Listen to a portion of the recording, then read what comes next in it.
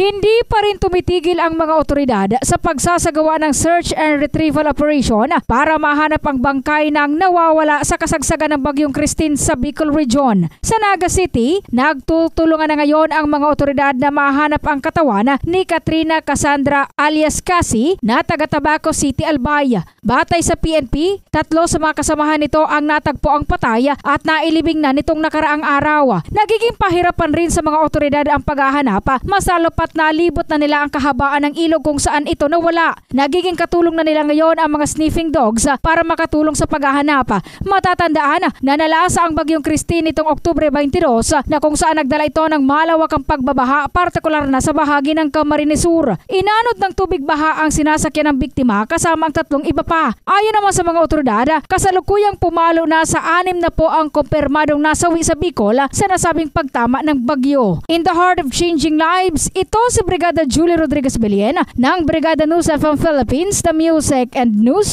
Authority.